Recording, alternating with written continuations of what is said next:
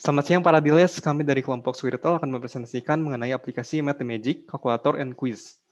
Sebelumnya perkenalkan saya Samuel Steven dan beberapa teman saya yaitu Junwin, Ricky, Adani, dan Zarvan yang nanti juga akan membantu menjelaskan lebih jauh mengenai aplikasi Mathemagic, Calculator, and Quiz ini.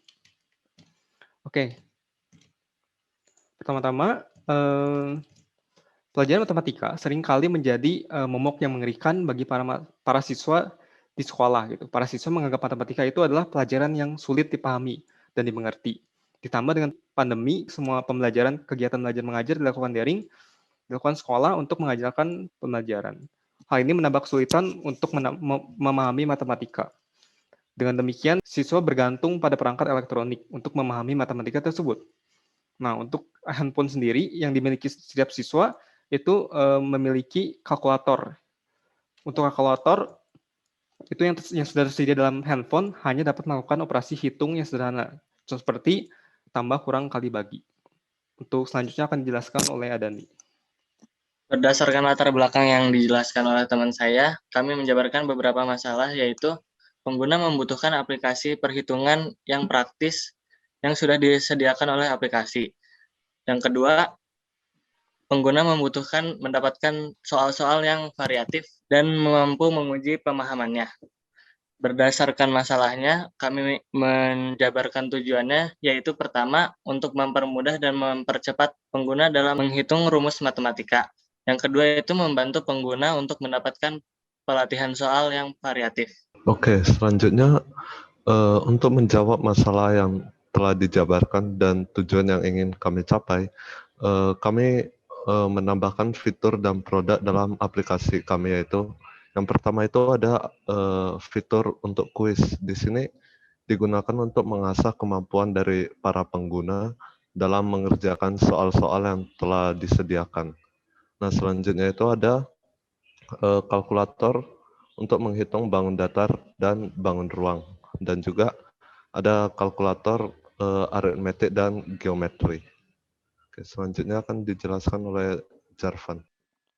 Selanjutnya masuk ke flowchart aplikasi. Yang pertama kita memulai aplikasinya. Ada 4 menu utama, yaitu bangun datar, bangun ruang, baris deret, dan kuis. Pertama, kita masuk ke bangun datar. Di bangun datar, terdapat 3 submenu, yaitu persegi, persegi panjang, dan lingkaran. Jika kita memilih salah satu, kita akan diminta untuk menginput angka yang diperlukan, lalu akan keluar hasilnya. Kita dapat menginput ulang angka-angka yang lain dan keluar hasilnya juga.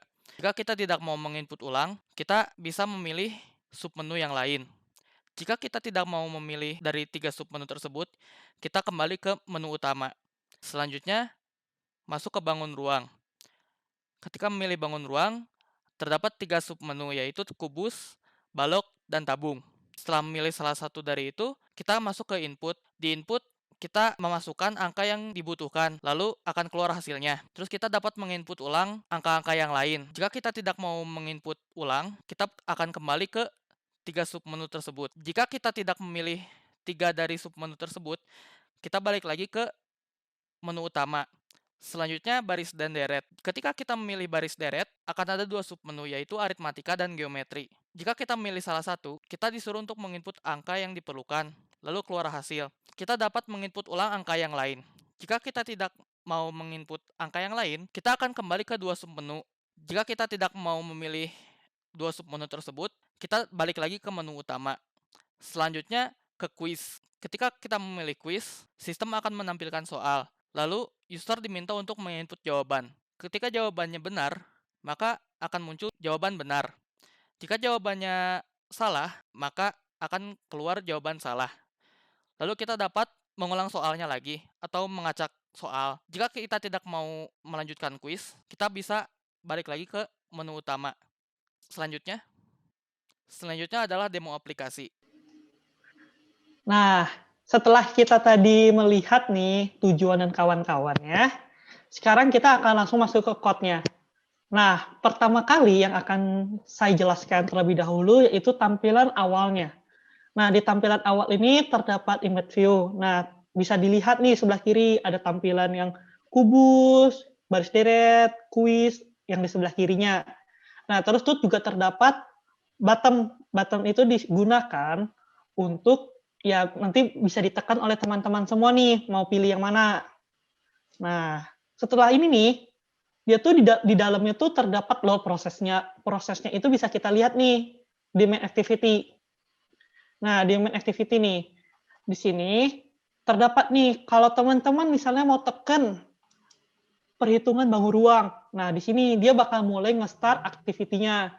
Seterusnya juga bakal kayak gitu, dibangun datar, perhitungan baris deret, dan menu kuis. Dia akan langsung ke tampilan tersebut. Nah, tampilannya di mana? Saya akan jelaskan terlebih dahulu di bangun ruang. Nah, di tampilan bangun ruang. Jadi bisa kita lihat dulu di layout-nya nih. Nah, ya bangun datar maksudnya. Nah, di bangun datar ini, teman-teman bisa lihat terdapat pilihan persegi, persegi panjang, dan lingkaran.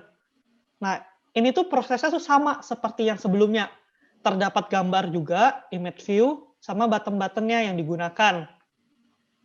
Nah, di sini nih juga terdapat loh dalam proses di dalamnya tuh. Nah, kita bisa lihat di kelasnya nih. Nah, di sini sama nih. Tetapi kalau tadi itu kelasnya menggunakan activity. Sedangkan setelah tampilan ini kita menggunakannya fragment. Jadi tampilan yang utama tidak akan hilang, tampilan submenu tidak akan hilang, dan akan terdapat tombol-tombol pilihan serta data-data yang perlu dimasukkan nanti. Teman-teman bisa mengetikkannya di situ. Nah, di sini ada persegi, persegi panjang, lingkaran. Sama main activity ini, kalau teman-teman mau balik nih ke yang sebelumnya, seperti itu. Nah, saya akan menjelaskan dulu nih, proses dari bangun datar gimana sih. Nah, kita akan ke interface bangun datar. Nah, di bangun datar ini, kenapa sih kita butuh interface? Kita tahu nih, kalau di setiap bangun datar, kita bisa menghitung luas dan keliling. Nah, serta kita juga menggunakan final nih di sini. Final float P atau 3,14 karena ini tuh data yang tetap. Jadi kita menggunakan final. Nah, kita bisa ngelihat nih ke rumus-rumusnya. Rumus persegi. Nah, di rumus persegi kita tuh mengimplement bangun datar dan soal kuis. Nah, untuk soal kuis nanti akan dijelasin nih sama teman kita namanya Samuel. Nah, setelah kita mengimplementasi bangun datar, kita perlu untuk nge-override. Jadi override di sini tuh kita kan sudah ada data nih, ada hitung luas sama hitung keliling. Nah, kita override dan kita masukin nih rumus-rumus yang diperlukan. Nah, itu kita return seperti itu. Nah, untuk random soal nanti akan dijelaskan oleh Sam juga. Nah, di rumus persegi panjang sama juga nih. Kita tinggal menentukan aja data yang diperlukan, terus di override, habis itu masukin nih rumusnya, terus di return hasilnya. Nah, sama juga itu untuk di lingkaran. Nah, di lingkaran juga sama.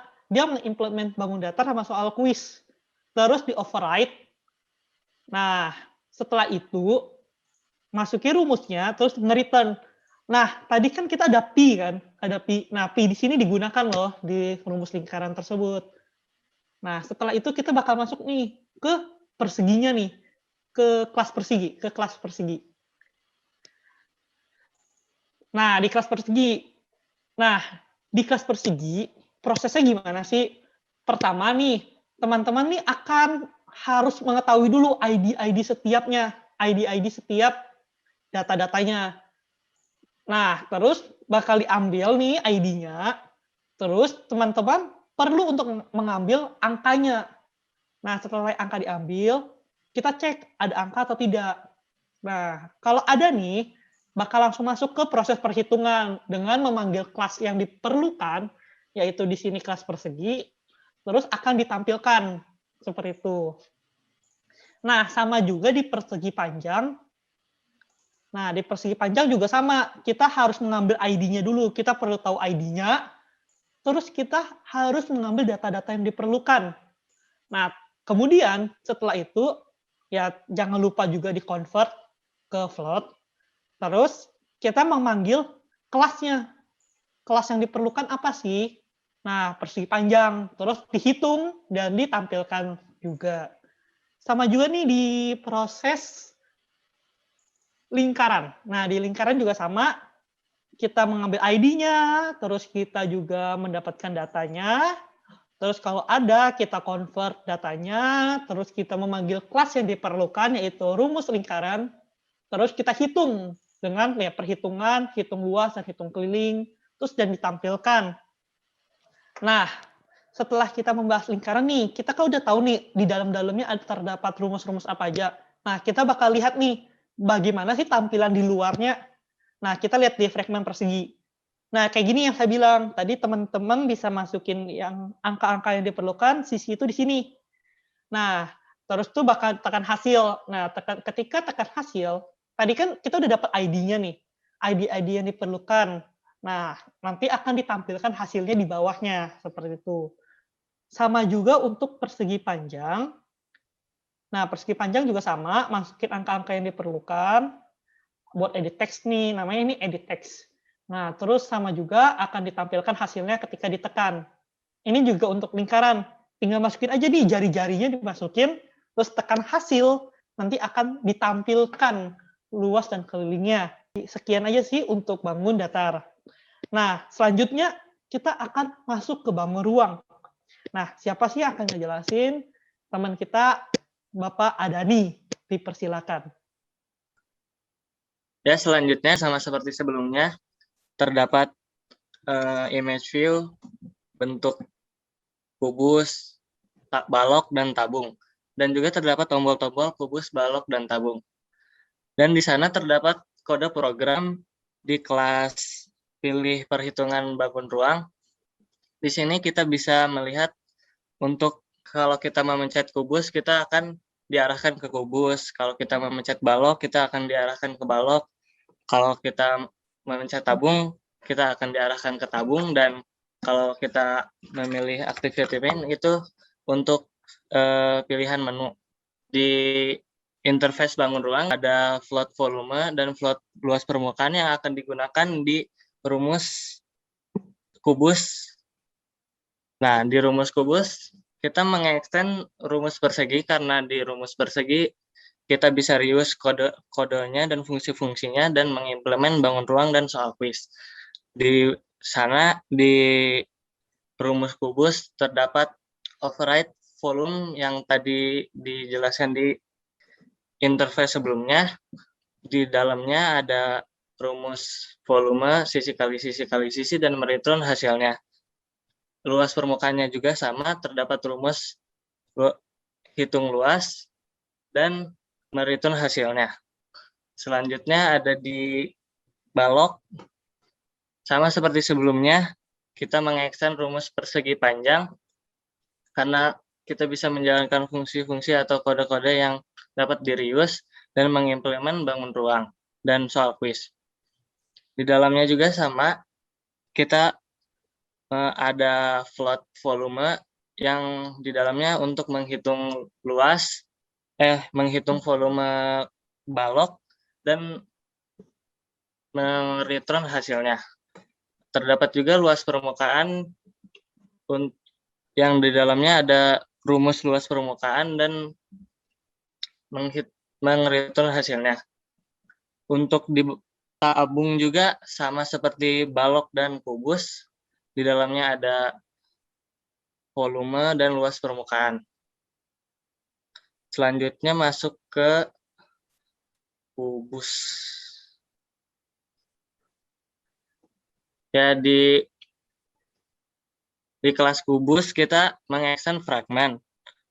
Dan di sini kita langsung sama seperti sebelumnya, kita mengambil ID-ID yang diperlukan seperti sisi, lebar, panjang, tinggi.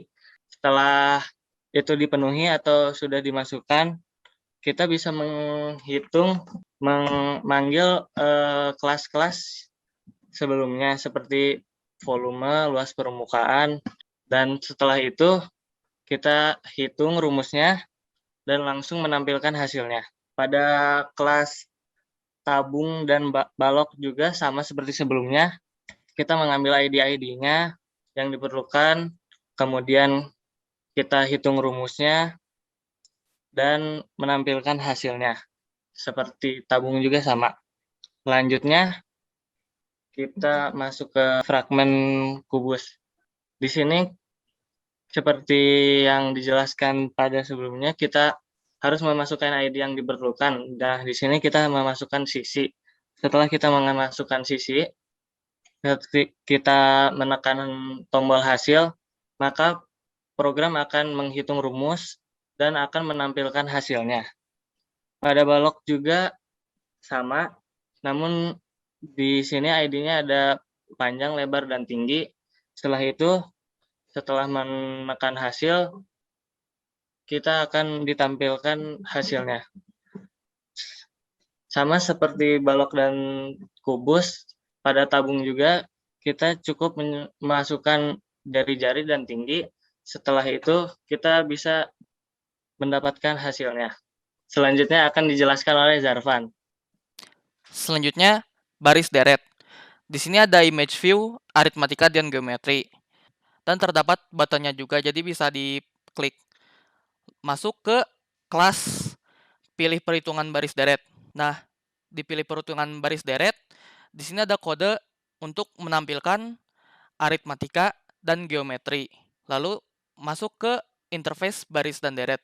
Nah, di sini ada public interface baris dan deret.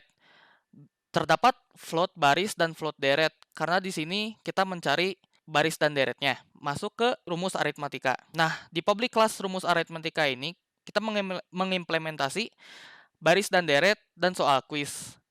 Di sini kita mengoverride public float baris, terdapat rumusnya di situ, lalu kita dapat mengereturn hasilnya. Dan kita juga mengoverride float deret, terdapat rumusnya juga di situ dan kita dapat mereturn hasilnya. Terus di sini ada void random soal yang akan dijelaskan oleh Sam. Masuk ke kelas aritmatika.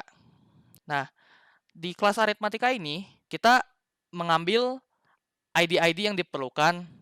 Setelah itu kita mengambil data-datanya U1, B, dan N.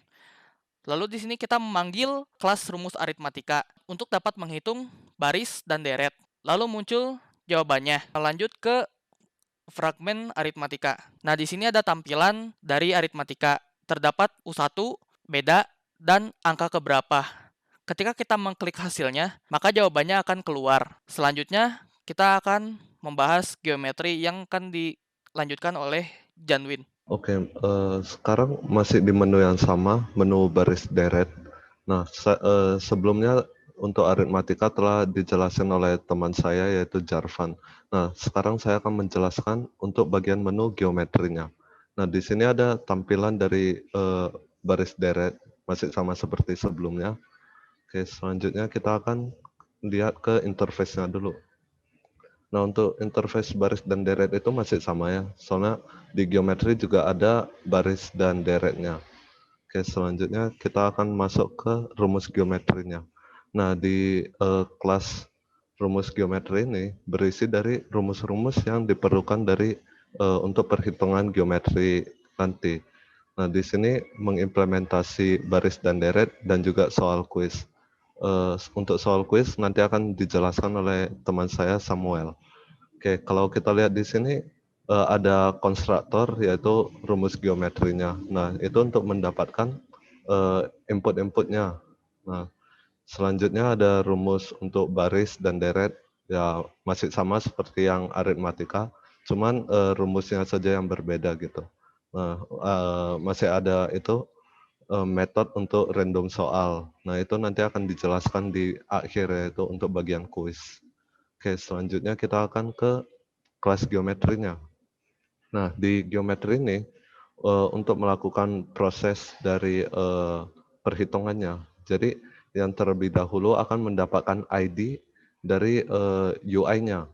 Nah, setelah mendapatkan ID-ID-nya, maka akan dilakukan perhitungan. Nah, di sini akan mengambil membuat objek baru dari rumus geometri. Tapi kita di sini akan lihat bahwa kita telah mengimplementasi enkapsulasi salah satu metode dari object oriented ya. Kalau kita lihat di paling atas untuk variabel, kita menggunakan private dan public. Oke, selanjutnya kita akan lihat ke proses perhitungannya. Nah, di sini ketika user tidak mengisi bagian inputnya, maka akan dicek di sini bahwa harus diisi terlebih dahulu. Nah, kalau user telah mengisi, maka akan dilanjutkan ke prosesnya. Kira-kira prosesnya masih sama juga seperti yang aritmatika. Oke, selanjutnya kita akan melihat ke bagian fragmen dari geometri. Oke, untuk tampilannya masih sama seperti yang aritmatika juga. Ada U1, beda, dan baris keberapa gitu. Nah, untuk kira-kira tampilannya masih sama dan prosesnya sama. Ketika diklik hasil, maka di bawahnya akan mengeluarkan hasil dari perhitungan tersebut. Oke, untuk geometri kira-kira begitu. Selanjutnya akan dijelaskan oleh Samuel. Oke, selanjutnya saya akan menjelaskan mengenai soal. Yang sebelumnya kan ada bangun datar, bangun ruang, ada baris deret, dan sekarang kita masuk ke kuis. Di sini kuis juga sama, ada button kuis. Jika diklik, maka dia akan masuk ke kelas kuis gitu. Nah, kita lihat dulu di sini ada interface soal kuis. Nah, di soal kuis ini dia tuh mengimplementasi ada random soal, fungsi random soal yang dipakai, yang dimana fungsi random soal ini dipakai di semua kelas bangun ruang, bangun datar, baris deret, dan lain-lain. Kita bisa ambil contoh, ada dua. Di sini kita lihat aja dari persegi. Di persegi yang sebelumnya, maksudnya rumus persegi, yang sudah dijelaskan teman-teman saya, di situ kan dia override random soal. Nah, dia di atasnya itu mengimplement soal quiz, di mana soal quiz itu kan ada fungsi random soal. Nah, random soal ini dipakai untuk mengacak nilainya untuk dipakai buat quiz gitu. Contoh lainnya ada di rumus lingkaran gitu. Di rumus lingkaran juga ada random soal, terus ada di rumus persegi panjang juga ada gitu. Nah, selanjutnya kita masuk ke fungsi ke kelas soal. Nah, di kelas soal ini, oke, jadi di sini kita yang pertama kita extend fragment kayak biasa, lalu kita mendeklarasikan variabel, terus kita mengimplementasi juga enkapsulasi. Nah, terus kita mengoverride on create view. Lalu di sini kita seperti biasa kita mengambil ID dari UI yang sudah kita buat di activity. Ada A, B, C, jawaban benar, dan lain-lain. Lalu kita di sini nge-random. Kalau misalkan randomnya 1, maka dia bakal ngemanggil objek rumus persegi, contohnya. Lalu dia bakal manggil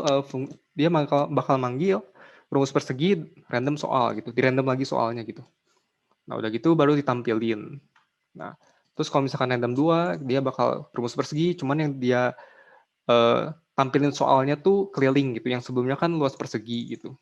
Terus kalau kita lihat random ketiga, misalkan dia bakal ngebuat objek baru yang namanya rumus persegi panjang, lalu dia bakal ke random soal lagi, manggil fungsi yang udah dibuat di rumus persegi panjang, lalu di random soalnya gitu, lalu ditampilin, suruh minta pengguna untuk hitung luas persegi panjang, dan itu berlaku untuk fungsi fitur-fitur yang kita berikan seperti persegi panjang, lingkaran, luas lingkaran, keliling lingkaran, volume lingkaran, volume kubus, luas permukaan kubus, dan lain-lain. Jadi setiap angka random ini kalau misalkan sama dengan 14 misalkan ya, itu berarti dia bakal soal itu tuh bakal nampilin hitunglah deret aritmatika gitu misalkan. Yaitu di random. Lalu pada on click di sini kita mengambil data dulu dari user, seperti biasa string data. Udah gitu kalau misalkan jawabannya dia ngisi jawaban gitu, ya itu nanti keluar harap jawab terlebih dahulu. Kalau misalkan dia jawab, maka dia bakal ngubah si jawab itu jadi float dulu. Baru kalau misalkan jawab itu sama dengan jawaban, maka selamat jawaban Anda benar gitu. Kalau misalkan salah, ya jawaban Anda salah. Lanjut ke fragmen soal, di activity soal ini. Jadi di sini ya tadi seperti biasa di sini ada kita ngambil ID, terus ada ID jawaban, itu buat kita inputin jawabannya gitu. Ini text view ini buat nampilin soalnya gitu. Jadi kalau misalkan tadi kan kita random nih soalnya. Nah, kita misalkan keluarnya itu suruh cari luas persegi. Nah, di situ bakal ditampilin sisinya berapa, terus informasinya apa gitu. Misalkan informasi itu disuruh hitunglah luas persegi. Nah, di sini berarti butuh sisi. Tampilin semua di sini gitu. Terus ada jawaban itu input dari pengguna, lalu kalau misalkan diklik hasil, jawabannya di sini. Apakah benar, jawabannya benar atau salah itu ditentuin di sini. Gitu. Mungkin kita bisa lanjut ke demo aplikasinya. Nah, sekarang kita akan masuk ke demo aplikasi. Nah, di sini kita bisa run aplikasinya. Sebelumnya saya sudah run aplikasinya untuk mempercepat waktu. Jadi kita bisa langsung run aja aplikasinya. Kita tunggu, dan di sini ada splash activity yang dimana untuk menampilkan ya untuk menampilkan kesan awal lah untuk pengguna gitu. Nah, di sini kita bisa lihat ada image view, yaitu logo kita, lalu ada judul kita, lalu di sini ada menu utama kami yang kita berikan, yaitu ada fiturnya, ada bangun datar, ada bangun ruang, ada baris deret, ada quiz. Kita misalkan bangun datar. Nah, di bangun datar, kita klik bangun datar. Nah, di sini ada sub menu. Gitu. Sub menunya ini ada persegi panjang, ada lingkaran gitu. Lalu kita coba persegi, kita sisinya coba 4. Nah, di sini keluar luasnya 16, kelilingnya 16 gitu. Kalau misalkan persegi panjangnya 4, lebarnya 4. Kita hasilnya luasnya 16, kelilingnya 16 gitu. Kalau misalkan lingkaran, nah, luasnya segini dan kelilingnya segitu. Kalau misalkan back, dia akan balik ke menu main activity. Nah, kita coba lagi bangun ruang. Nah, di bangun ruang ini kita coba kubus, sisinya 4 lagi. Dia kan sisi kali sisi, yaitu 64, benar. Luas permukaannya 6 kali sisi, benar. Gitu. Balok juga sama, panjang lebar tinggi, P kali L kali T, 64. Tabung juga, jari-jari tinggi, volume permukaannya segini. Volume dan luas permukaannya segini. Gitu. Nah, dia bakal ditampilin di bawah button hasil. Kalau misalkan back, dia juga balik lagi ke activity main, ke menu utama gitu. Lalu kita coba baris deret. Nah, di sini ada submenunya, kita ditampilkan